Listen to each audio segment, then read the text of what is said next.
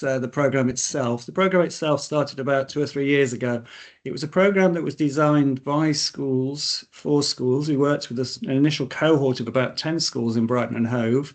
And we were very clear that we wanted to work with a whole variety of schools in terms of size, in terms of phase, etc. So we worked with special schools, we worked with primary schools, we worked with junior schools, infant schools, secondary schools, special schools, and so on, to make sure that whatever we created and have continued to create, because this is quite an organic process, actually, every time we work with a new cohort, we take the program on and develop it further. Whatever we created was going to be something that practically schools could actually take on, and it would fit into their present structures in terms of enhance their present structures and make the offering that they had at school, make the curriculum that they had at school relevant for the world in which we're living and the world in which the children are going to be living in the future. The program itself is now working in 90% of schools in Brighton and Hove. And luckily we received funding through Let's Go Zero, and we've begun to roll the program out, as you can see, in Devon, Brent, Bedfordshire, Leicester, and we hope to continue to roll the program out now in Suffolk. So you will be, if you join the program, part of a trailblazing group of schools committed to offering a transformational sort of experience for young people and for schools, in terms of making sure that the school itself is preparing children for a very challenging future in terms of climate change, giving them the skills and knowledge with which they can live in the world sustainably, making the right decisions around their behaviors, ensuring that they're supporting others around them, they're supporting nature and the environment and so on. And it's really, for us, quite surprising how little the education system as a whole has done in this direction. And that's not to say that you haven't done a lot. Yeah, we're very well aware within this program that our schools bring a whole range of experience and work that they've already done in this area. And that's what really enhances the program as well, because what we really strive to do is, if we're working with a cohort of 20 schools, and Suffolk hopefully we're working with a cohort of 20 schools, is that school becomes a very strong community. Yeah, sharing resources, it's a collective experience in which everybody is working hard to, sort of say, give the children a modern education, which recognizes the world as it is. This is just headlines, and you know, we could choose headlines from any day of the week, really, to show the extreme weather conditions that are developing across the world, and the impact that is having on the lives of people as a result of the decisions that we make on a day-by-day basis in terms of the food, the energy we use, the things we buy, and so on. And it seems that for us, that schools should be recognizing this, not only in the way that they're teaching and the things that children are learning, but also the institution itself in terms of the operations.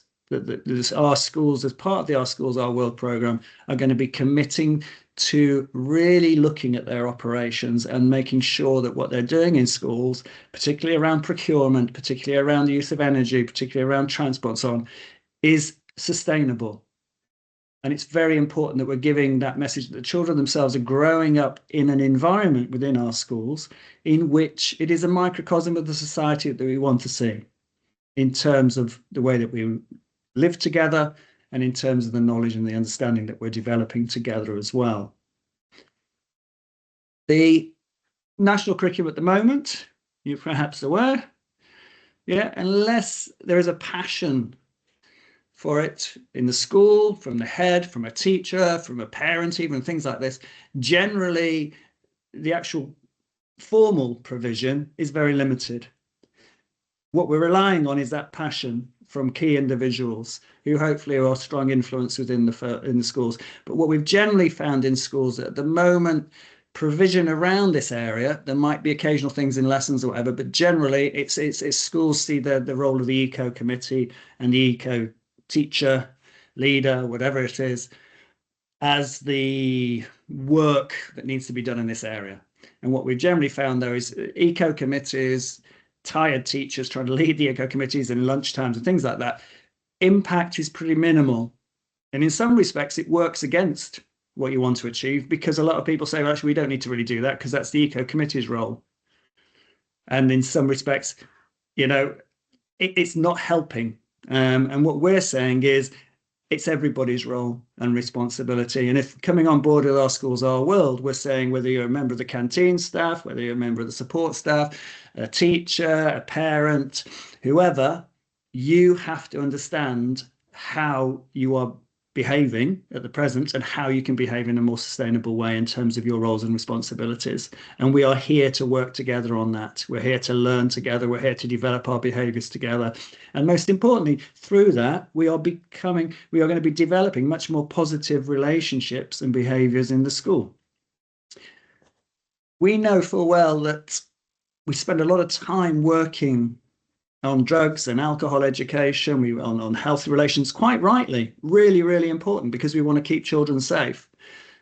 As part of the Our Schools, Our World program, we do believe that actually this is a safeguarding responsibility. Surely if children are going to be facing such a challenging future where the decisions that they are making are having very direct impact on their lives, on the lives of their local community, and even globally, we need to learn how we can keep ourselves safe and others safe, how we can look after ourselves, look after others, and look after nature.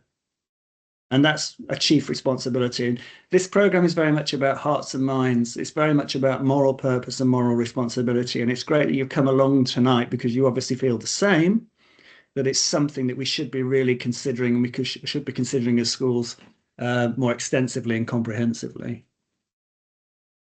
I'm going to take questions at the end. We've decided it's easy just to go through the presentation, but if you haven't got any burning questions or you want something clarifying as I go through, perhaps just put it in the chat and Louisa will prompt me or something like that, because I don't want to go on and leave any confusion in my wake. If you are doing a lot of work around mental health, well-being in school, we also believe the program in itself, and I'll come in to talk about the principles behind the program, the framework itself and content and so on in a moment.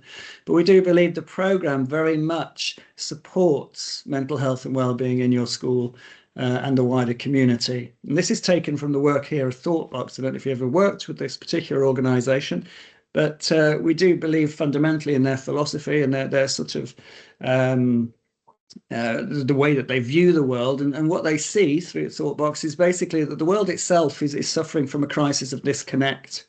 Yeah, that we're disconnected from ourselves as a result of the stresses and strains, social media, and that's leading to a mental health crisis.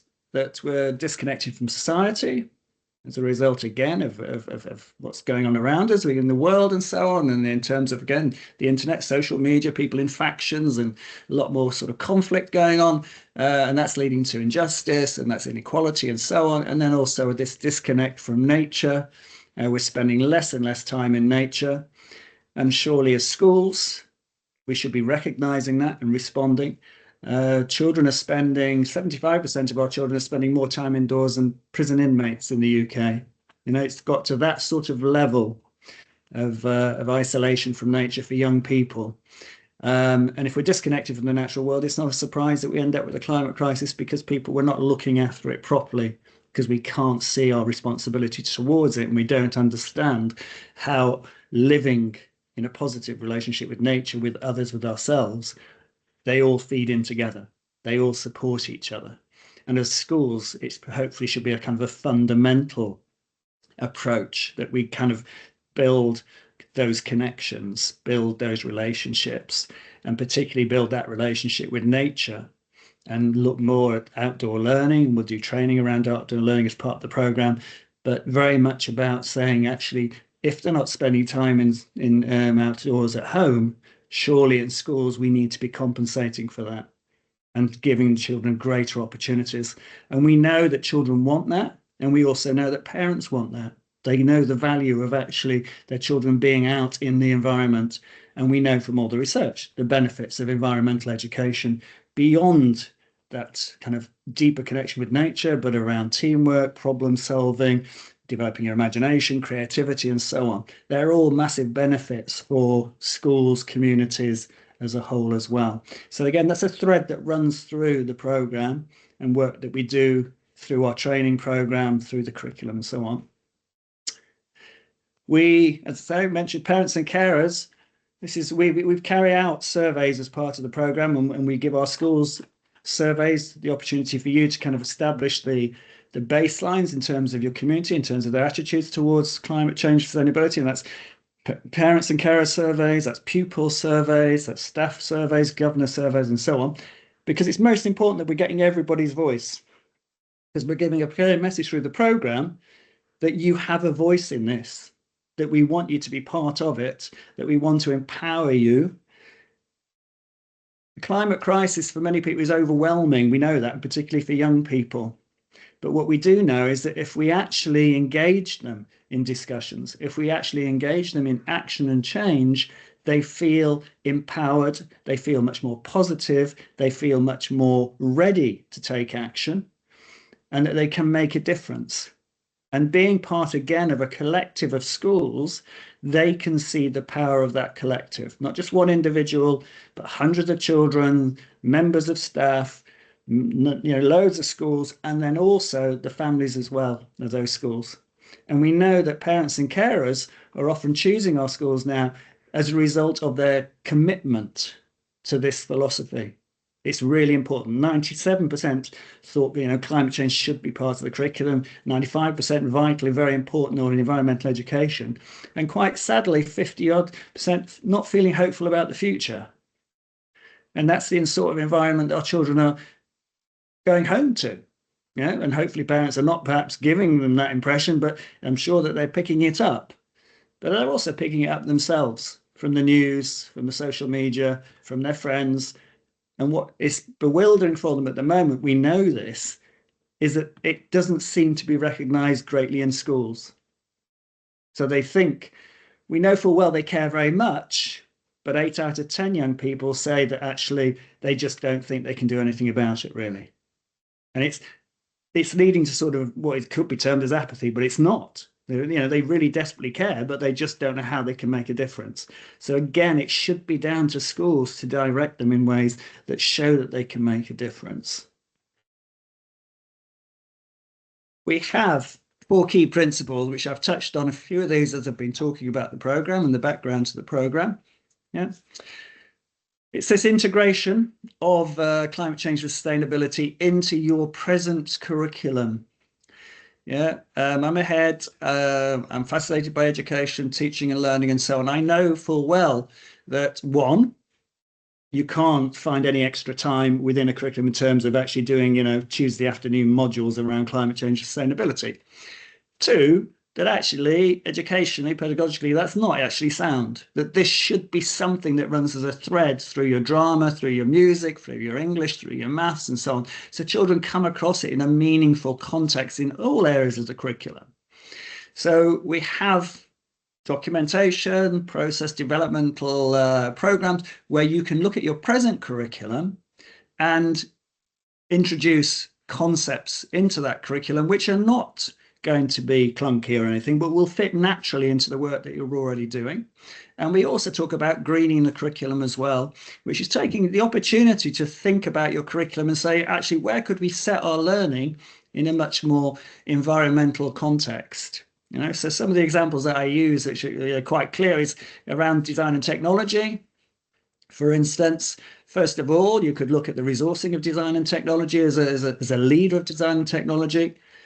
How often do our subject leaders have a think about how sustainable they are in the actual purchasing of resources, the management of resources, and so on, the use of those resources in design and technology? How much, when they are designing products, are they thinking about the green issues around those products in terms of what they're made of, how they can be disposed of, how they can be recycled, repurposed, reused? This is something that generally schools are not thinking about. Yeah, if you're thinking about doing branding or something and logos in DT, which you do, you look at logos and things in the past. And I know in my school in the past, we chose things like Adidas and Nike and what have you. Okay, hopefully you would begin to choose things like the Greenpeace, the World Wildlife Fund, the Woodland Trust, and look at those organizations, look at their logos. What does that tell you about the organization? Design your own logo for an organization. What would your organization be about? Does your logo work? And so you're not challenging, God forbid, because we know schools have done a lot of work on this, the progression of skills and knowledge in your DT, all we're doing is setting it in a different context.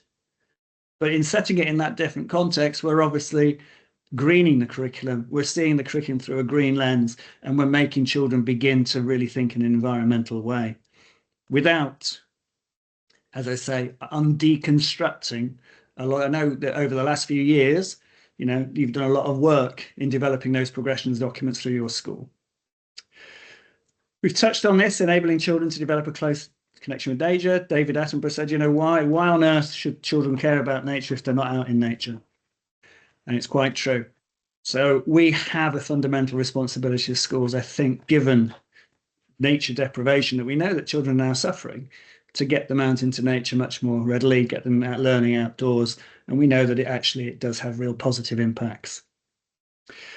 We also talk about walking the walk as well as talking the talk. So the children should see, staff should see, schools should, that your operational structure is becoming, the systems you have in place, more sustainable in terms of the way that you use energy, food, water, the way you support biodiversity in your schools and things, but doing that in a very systematic way. And we support schools in planning a systematic approach to this, in providing you with audits, clear audits in each of those areas, opportunities to assess where you're at, and to put together very clear programs to enable you to move forward in a very self-aware way, where you understand what the priorities of your school really are, where you can have a strongest impact in terms of your systems and decarbonisation, and hopefully supported strongly through our close connections, our schools, our world. We do work and encourage work very closely with our climate action advisors through Let's Go Zero, who are people who can come in and help you write your climate action plans,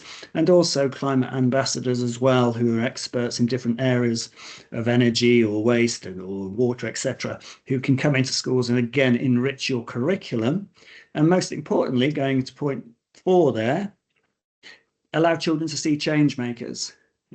This program is very much about young people, children, seeing themselves as change makers. It's a curriculum of hope, moving very early on from skills and knowledge to actually children going out and about and making a difference in the community locally, so that they can see that they can change things, but also, just as importantly, reaching out and bringing change makers into school so children can aspire to be the same. They can see people making a difference, people caring, compassion.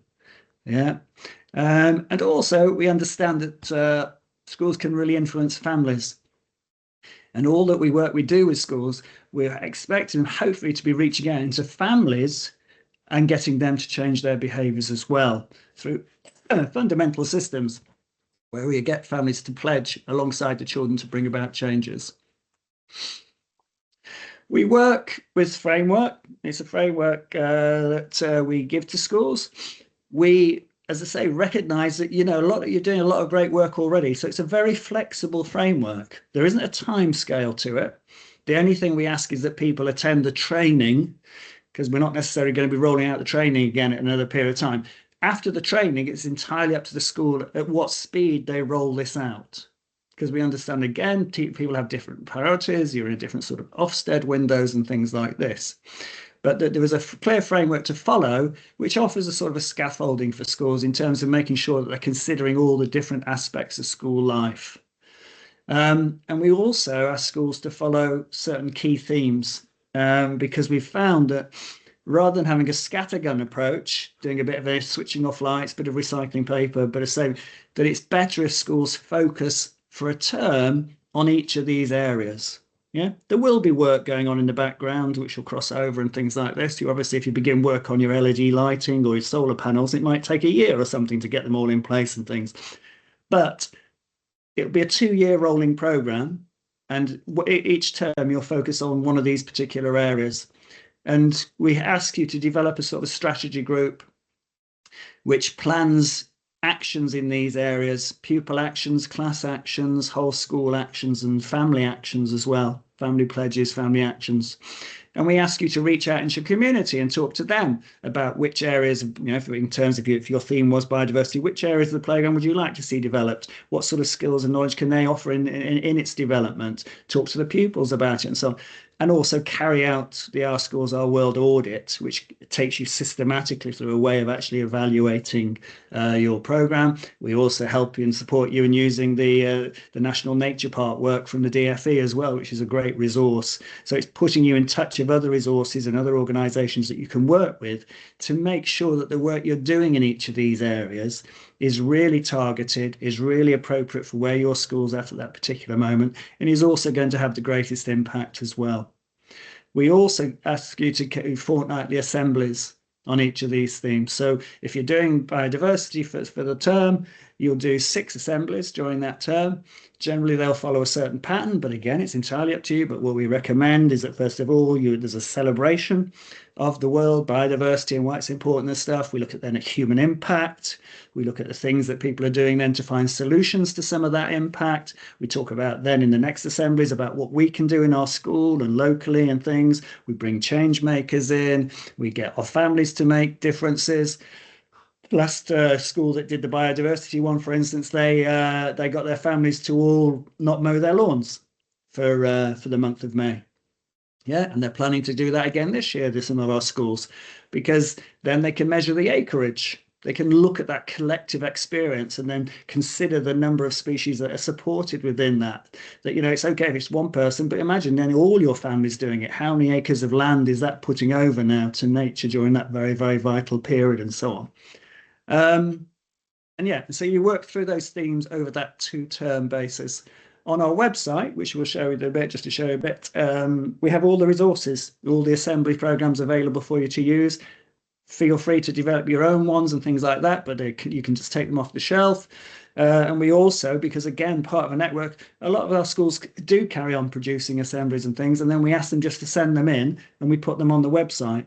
So the more you work together as schools, the more that you're going to find there are so many relevant resources, and particularly relevant to your local context.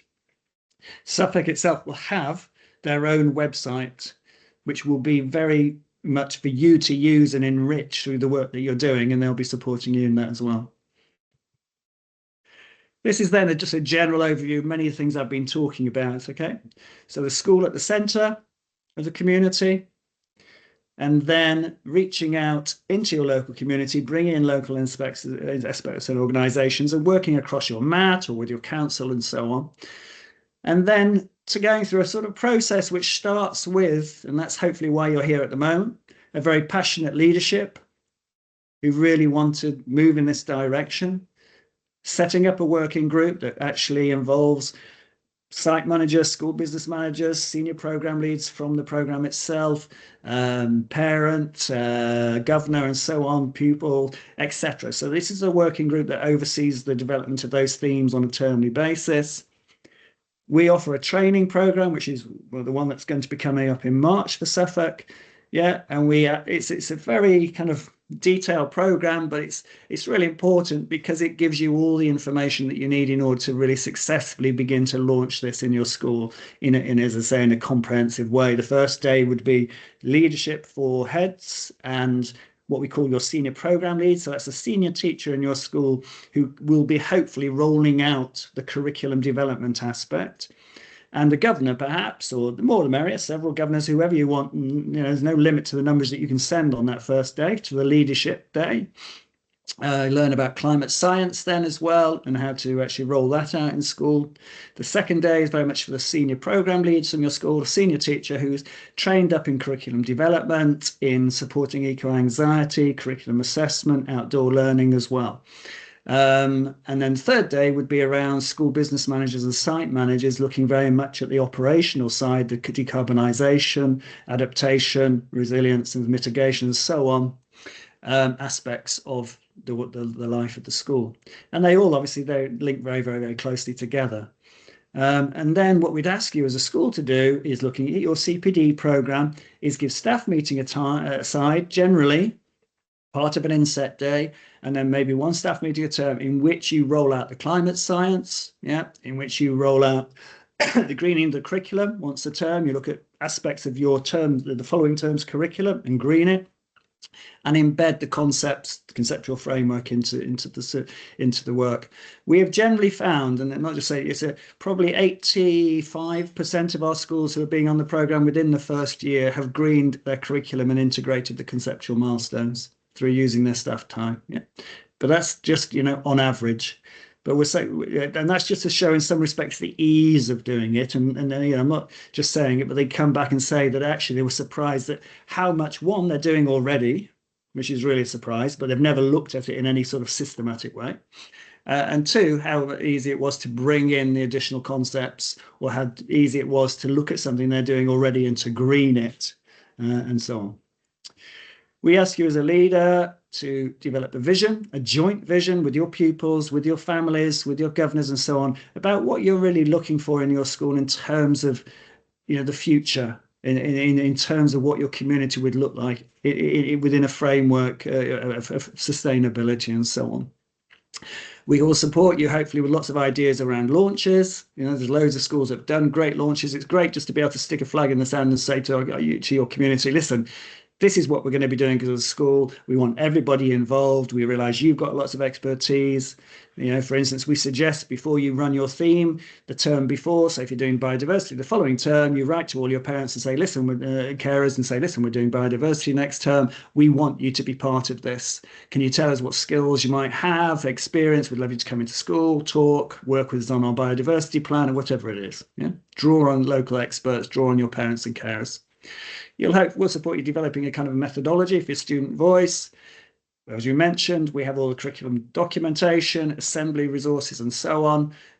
We'll train you around outdoor learning, put you in connection with where you can get grants and so on, and also give you all those audits that you need to really analyze yourselves as schools and evaluate yourselves as schools, where you're at and where you need to go to next, rather than, as I say, just choosing things that seem, appealing at the time, whatever, doing it in a way in which full well these are the best things to choose and they're going to have the best impact, some easier than others, some more longer term than others, but you do know that they are going to fundamentally change your school.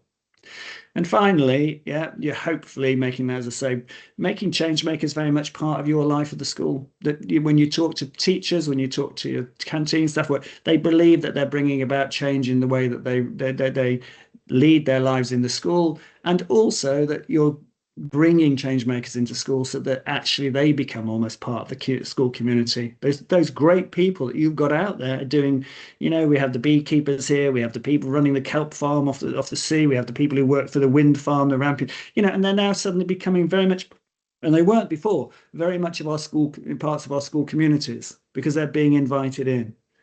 Yeah, so it's reaching out and enriching the world that the children are inhabiting. That's just an example. That's the Devon one, because that was one of the areas we're working with. As I say, you'll have your own one in which you can get all the training materials, all the audits, all the surveys, connections to local organisations, national organisations, framework, and so on. Yeah, and it just, the news is a very important section as well, because that's where you will hopefully just be sending in photographs of some of the great things that you're doing already, celebrating projects, initiatives, classroom, work, and so on. That's just an example of one of the audits. It goes on beyond there, but that's just a snapshot of the top part where you red, amber, green, you rag it and then work together with your working party. This is just a page that shows you the different assembly sources all sorted out into all those different areas. So it's all very easy to navigate, to find the resources that you need. And most importantly, it's very easy for us to take resources from you that hopefully your teachers have produced with their enthusiasm and add to that as well. And the curriculum resources follow the same thing. Yeah. This is the training programs. Yeah, so we do ask you to roll out trainings for all your staff. And that, as I say, that's your site manager, canteen staff, are all trained up in climate science. We have to. And one of the reasons that teachers say they can't teach this is because they say they haven't got the knowledge and understanding themselves. Yeah, we've looked at all the research, so it's really important that they get that. We also ask that you actually, as I say, roll out training around supporting eco-anxiety to make sure that young people are taken through this in a sense, with a sense of hope, in a sense of empowerment rather than anxiety. I won't go too much into the framework there. These are examples of some of our conceptual milestone documents in which we have it for year one, reception, year two, year four, year six. We all go all the way up to year 11 as well. They're not set in stone. Yeah, we ask you to have a look at it. And if you think actually that's better in year three, that's better in year four, year two, whatever, move them around. But we've taken, this is teachers who've decided that actually conceptually that's what young people at that age could cope with. And also it fits in very much with generally what they are doing in the national curriculum at this moment. Yeah. That's an example of the greening, some ideas around how to green the curriculum and so on. And these are all available on the website. And we'll be doing work with the senior program leads. And we also have a very strong progression that we hopefully, once this is really embedded into the school, your school leaders will be using this, your senior program leads, to really sit down with children and do lots of sort of sampling about, what impact is this having. There are 4 different areas: understanding the science, impact as well, climate justice, and children as change makers. So different areas of assessing to make sure that this is just as rigorous as your history, your geography, or it should be, And we also have, as I say, this framework, which we'll be going through at the training days to really take you step by step about really how you could implement this in the school. And you sit down with your other leaders within the school. If you're attending on that first day as a head, you'll sit down with your senior program lead and your governor, and you'll go through this and begin to sort of almost timetable this out, as I say, given the other priorities that you have in your school. Those are just the first sort of key actions. That's the overview then. Yeah. So hopefully you got the idea. That's the curriculum. You'll be working on the concepts, the greening, the nature connection. Alongside that, over 2 years, you'll have those 6 themes running through with the assemblies and the actions alongside. And alongside that, working hopefully closely with your climate action advisors through Let's Go Zero and the climate ambassadors, you'll be working very much around your climate action plans, meeting DFE requirements and guidelines around your school operations. And the things you'll be supported throughout this as well. Yeah. And you'll be moving into a school that perhaps moves away as feeling that by recycling, you're doing a great thing. It's recycling is generally seen by schools as we're doing a lot of that, so that's good in fact. But actually what we're saying is, we need to change our approach and things like, start off by refusing, reducing. There's a lot of things we should be doing. Our schools, our world schools do now, rather than just jumping onto recycling and things. We ask you about, seeing your school. Is it green? Could it be greener? Always challenging yourselves. And we also train you up in the use of the Count Your Carbon tool, which is a great tool produced by Eco Schools, Keep Britain Tidy. It allows you to really measure the impact that you're having on carbon emissions. And they're also just about to bring out a playground tool, it's called, which allows your pupils as well to put in different scenarios in terms of if we do this with energy or if we do this with transport, what impact would that have on our school in terms of carbon emissions? And they can kind of move things around and see real-time almost sort of changes in the carbon emissions that are taking place. So they become informed about sort of things that could be taking place in school. Those are some examples of the carbon action plan. So there is a whole list of program offer, which you'll get a copy hopefully of this training program and things like this in a bit anyway. But you can see that there's a lot that's being offered in terms of the free training and the quality frameworks, the videos, the website, ongoing support from people like Louisa and Rebecca and so on, and Suffolk Council, etc. As well as being part of this sort of network. And I can't emphasize enough how important that is, being part of the network and the great sort of things that schools have done together, classes talking across schools when they've been working on simultaneous projects and things like this. I won't go on to the next steps because that depends on Suffolk. So I'll stop at that point and I'll stop the share as well. Okay.